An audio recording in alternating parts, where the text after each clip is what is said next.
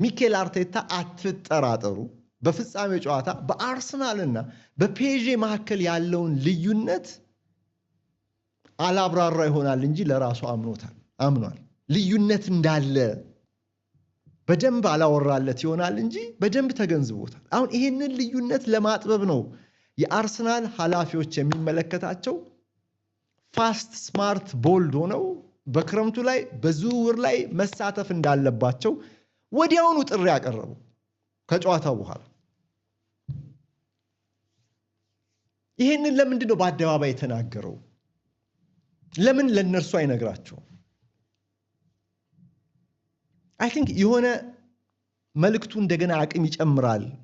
ምንድነው ተፈጻሚነቱ የበለጠ እውን ሊሆን ይችላል ብሎ ስላሰበ ይመስለኛል በአደባባይ ይሄንን የተናገረው እንጂ ፋስት ስማርት ቦልድ ብሎ መናገር ያለበት ለነ ስታን ክሮንኬ ለነ ጆሽ ክሮንኬ ለቦርዱ አባላት ለሚመለከታቸው ነው። አደባባይ ላይ መናገሩ አይ ቲንክ ለደጋፊውም ይሄን መልእክት ማስተላለፍ ፈልጓል። ያለውን አምቢሽንም ለመንገር ፈልጓል። በተጨማሪ ደግሞ ለደጋፊው ነገር ያለው ይሄ ነገር መፈጸም አለበት የሚልም ጫና ለማሳደርም ይመስለኛል። እርግጥ ከአሜሪካውያኑ ባለሀብቶች ጋር ያለው ግንኙነት በጣም ጥብቅ ነው። የፍቅር ግንኙነት ነው። የመተማመን በጣም ያምኑበታል። ስላመኑበት ነው ትዕግስትም አድርገው ይሄን ሁሉ ኢንቨስት አድርገውለት ይሄንን የፕሪሚየር ሊጉን ፍሬ ለማጣጣም የቻሉት እና ከፓሪስ ሰን ጀርመን ጋር ያለው ልዩነት ሰፊ ነበረ። ለምን መሰላችሁ እንዲህ ምለው? የሚኬል አርቴታ የጨዋታ ፕላን ትክክል ነው ብዬ ነው እኔ ማምነው። ምክንያቱም ባለው አቅም ከጨዋታው ማግስትም በብስራት ስፖርት የሰራሁትን ፕሮግራም ያደመጣችሁ ይሄንን ስል ሰምዛችኋል። ስህተት ነው ብዬ አላስብም። ባለው ዌፐን ነው የተፋለመው፣ በጠንካራ ጎኑ ነው የተፋለመው። ይሄ ፓሪስ ሰን ጀርመን ካልተከላከልከው ነቅለህ ላጥቃ ካልከው ራስን በጣም ማጋለጥ ነው የሚሆነው። አርሰናል እንደ ቡድን የመከላከል ብቃቱ ጥሩ ስለሆነ ይሄ ፍጻሜ ጨዋታ ስለሆነ የሚወደድ ባይሆንም ጥንቃቄ ባበዛ ጨዋታ አሸንፌ መውጣት እችላለሁ የሚል እምነት ሚኬል አርቴታ ያደረበት አርሰናል ሶሊዲቲው ጠንካራ ጎኑ ስለሆነና በማጥቃት በኩል ብዙ ድክመቶች ስላሉበት ነው። በማጥቃትና በፈጠራው ላይ ጉድለቶች አሉበት። ስለዚህ ሪስክ መውሰድ አልፈለግም። አሁን ሪስክ መውሰጃ ሰዓቱ አይደለም ስላልሆነ ነው ለፍጻሜው ይሄንን ያደረገው ብዬ ነው እኔ ማምነው። ስለዚህ የጨዋታው ፕላን ባያስደስትም የማጥቃት ጨዋታ ነው የሚያስደስተው ለተመልካች። የሪስክ የሚወስድ ጨዋታ ነው ውበት ያለው ልክ ሪያል ማድሪድ ፔዤ ላይ እንዳየነው አይነት። ግን ውጤት ለሚፈልግ እና ደካማ ጎኑን አብጠርጥሮ ለሚያውቅ አሰልጣኝ ግን ሪስክ አይወሰድም እና ልዩነቱ እንዲጠብ ከተፈለገ አርሰናል ሪስክ የሚወስድ የፈጠራና የማጥቃት ቡድን እንዲሆን የሚያስችል ግብአት ይፈልጋል። ደካማ ጎኑ ፊት መስመር ላይ ያለው ይበልጥ መጠናከር አለበት። አሁን የሚኬል አርቴታ አስተሳሰብ ኢቮልቭ ማድረግ እንዲችል ለሚቀጥለው የውድድር ዘመን ለዛ አስተሳሰብ የሚሆኑ ተጫዋቾች ያስፈልገዋል። አሁን የትሮሳር እና የጋብሪኤል ማርቲኔሊን ቦታ አስቡ። ወይም ደግሞ ሳካ ከወጣ በኋላ የማድዌኬን ቦታ አስቡ።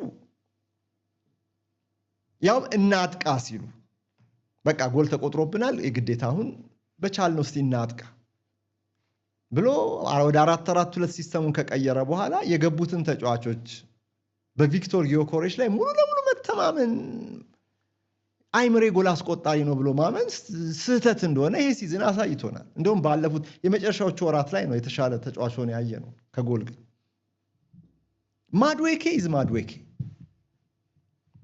ማድዌኬ ለቻምፒየንስ ሊግ ፍጻሜ የሚመጥን ተጫዋች አይደለም በፍጹም አሁን ባለው ፐርፎርማንስ። ይሄ እኔ እምነት ነው። ኢቨን ጊዮኮሬሽ አይመጥንም ነው። ጊዮኮሬሽ ዴምቤሌ አይደለም። ተጋጣሚ ያለው ባሎንዶር ተጫዋች ክቫራትስኬሊያ ነው። ተጋጣሚ ያለው የሲዝኑ ምርጡ ተጫዋች ዴዚሬ ዱዌ ነው። አሁን በእንግሊዝ በፈረንሳይ እግር ኳስ ላይ ትልቅ ተስፋ ያለው የአምናው የቻምፒየንስ ሊግ ፍጻሜ ኮከብ ተጫዋች ነው። እነዚህ ተጫዋቾች የቻምፒየንስ ሊግን የማሸነፍ ታሪክ ስላላቸው ብቻ ሳይሆን ያላቸው ተሰጥኦ ራሱ ፔዤ በሙሉ አቅም እንዲያጠቃ የማጥቃት ሪስክ እንዲወስድ የሚያስችል ኢንግሪዲየንትስ ናቸው። አማካይ ክፍሉን ብታዩ እነ ቪቲኛ ፊት መስመሩን የሚያጫውት አይነት ከኳስ ጋር የተለየ ብቃት ያለው ተጫዋች ነው እና ልዩነት አለ። ውድ አድማጮች እዚህ ጋር በፍጻሜ ላይ የታየ ጋፕ አለ በፔዤ እና በአርሰናል መካከል የብቃት ጋፕ። ይሄ ጋፕ መጥበብ አለበት ከተባለና አርሰናል ግንባታውን ሁሉ አጠናቆ ሁሉም ነገር በቃ ሙሉ ፉል ሰርክል የሚሆንበት የተራራው ጫፍ ላይ በሁሉም ውድድሮች ላይ የሚደርስበት ብቃት ላይ ይኖር ዘንድ እንደ ፓሪስ ሰን ዠርመን ካሉ የአውሮፓ ምርጦች ጋር ተፋልሞ ጨዋታን ዶሚኔት አድርጎ እንደ ልብ አጥቅቶ ማሸነፍ የሚችል ደረጃ ላይ መድረስ አለበት። ይሄ ከሚኬል አርቴታ አስተሳሰብ ጋር ብቻ የሚገናኝ አይመስለኝም። ያለው ሐሳብ ካሉት ተጫዋቾች ጋር መሄድ ስላለበት ሪስክ የሚወስድ የማጥቃት ጨዋታ አሁን ለዚህ ስብስብ የሚሆን አይደለም። ማጥቃት ስላልፈለገ አይመስለኝም። ያሉት ተጫዋቾች ግን ለማጥቃት ሪስክ ለመውሰድ የሚያስችሉ አይደሉም።